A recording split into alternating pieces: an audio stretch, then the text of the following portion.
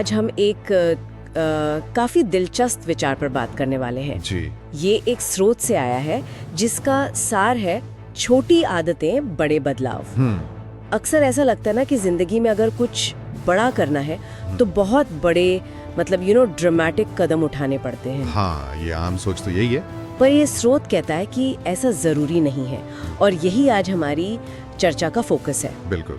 कि आपकी जिंदगी बदलने के लिए हमेशा मतलब बड़े फैसले ही लेने पड़े ये जरूरी नहीं, सही बात है। बल्कि छोटी छोटी रोज की आदतें वो भी आपको लॉन्ग टर्म में बड़े नतीजे दे सकती हैं।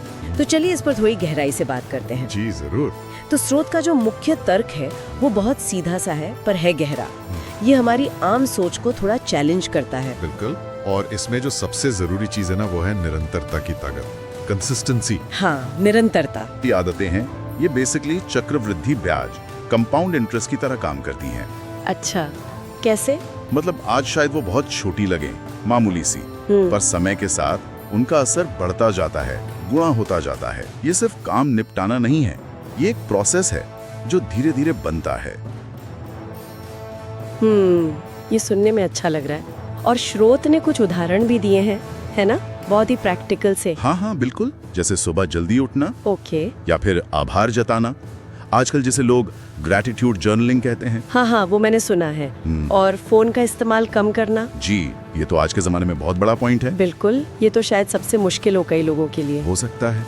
और साथ ही कोई नया हुनर सीखना, कोई स्किल, चाहे वो कितनी भी छोटी क्यों ना लगे शुरुआत में।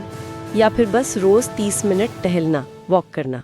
हाँ, ये सारे उदाहरण इसलिए इम्पोर्टेंट हैं क्योंकि ये दिखाते हैं कि शुरुआत करने के लिए किसी बहुत बड़े रेजोल्यूशन की जरूरत नहीं है। लेकिन ये आदतें सुनने में तो बहुत ही मतलब सामान्य लगती हैं, सुबह उठना, टहलना। हाँ। तो क्या स्रोत ये बताता है कि ये इतनी सामान्य सी दिखने वाली चीजें असल में इतना बड़ा बदलाव लाती कैसे हैं? क्या सिर्फ इसलिए कि ये आसान है? देखिए, आसानी तो एक हिस्सा है पर वो पूरी बात नहीं है। अच्छा। स्रोत के हिसाब से इनकी असली ताकत इनके दोहराव में है, रिपीटेशन में। दोहराव, ओके। जब आप रोज कोई काम करते हैं, चाहे वो छोटा ही क्यों ना हो, तो आप सिर्फ वो काम नहीं कर रहे होते, आप अपनी पहचान को भी एक तरह से शेप दे रहे होते हैं। पहचान को मतलब? हाँ, जैसे जो व्यक्ति रोज टहलने जाता है वो धीरे धीरे खुद को सिर्फ टहलने वाला नहीं बल्कि एक स्वस्थ व्यक्ति के रूप में देखने लगता है। अच्छा, हाँ, ये बात तो है। या जो रोज कुछ नया सीखने की कोशिश करता है वो खुद को एक जिज्ञासु या लर्नर मानने लगता है। ये जो पहचान में बदलाव आता है ना धीरे धीरे, यही असली लॉन्ग टर्म रिजल्ट है। अरे वाह, तो ये सिर्फ आदत बनाने का मामला नहीं है, ये तो धीरे धीरे खुद को ही बदलने की प्रक्रिया है। एग्जैक्टली। ये तो बहुत दिलचस्प है। जैसे फोन कम इस्तेमाल करने वाली आदत, इसका लॉन्ग टर्म असर क्या सिर्फ ये होगा कि टाइम बच गया? नहीं, शायद उससे कहीं ज्यादा। स्रोत इसी तरफ इशारा करता है। हो सकता है कम फोन इस्तेमाल करने से आपका फोकस बेहतर हो जाए। हाँ, ये तो होता है। रिश्तों में आप ज्यादा प्रेजेंट रहें, मानसिक शांति शायद थोड़ी बढ़ जाए। तो ये जो छोटे छोटे बदलाव हैं, ये जीवन की क्वालिटी पर बड़ा असर डाल सकते हैं, जो शायद शुरू में नजर भी ना आए। इसीलिए वो लॉन्ग टर्म वाला एंगल इतना महत्वपूर्ण है। धैर्य रखना बहुत जरूरी है इसमें। सही कहा। तो मतलब बड़े लक्ष्यों तक पहुंचने का रास्ता अक्सर छोटे पर लगातार उठाए गए कदमों से ही बनता है। बिल्कुल। ये स्प्रिंट नहीं, मैराथन दौड़ने जैसा है। हाँ, आप कह सकते हैं। और ये हमें एक बहुत जरूरी सवाल पर लाता है। क्या?